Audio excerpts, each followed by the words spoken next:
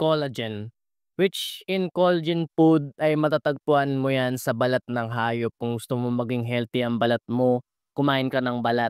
Ang collagen ay essential sa ating balat para ma-maintain ang elasticity ng balat, hydration ng balat, maiiwasan ng wrinkles, at matutulungan ka nito mag-heal ang balat mo kung may tigyawat ka at may enhance ang texture ng skin mo.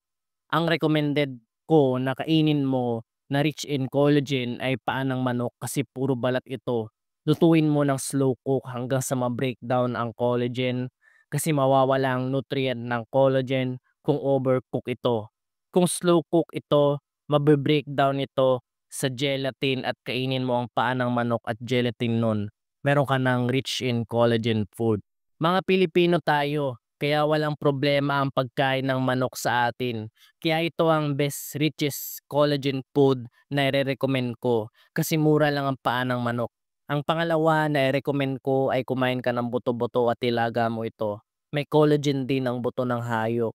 Medyo may kamahalan nito kung mayaman ka, wala kang problema. At ang pangatlo ay recommend ko kada luto mo ng itlog sa umaga ay kainin mo ang eggshell membrane, i-crack open mo at kainin mo diretso. Baka nga mangdiri ka kaya ilaga mo ang itlog at kainin mo ang eggshell membrane. Ito ang pinakamurang ire-recommend ko kasama ng paa ng manok kasi ang itlog ay affordable at always available. Zinc.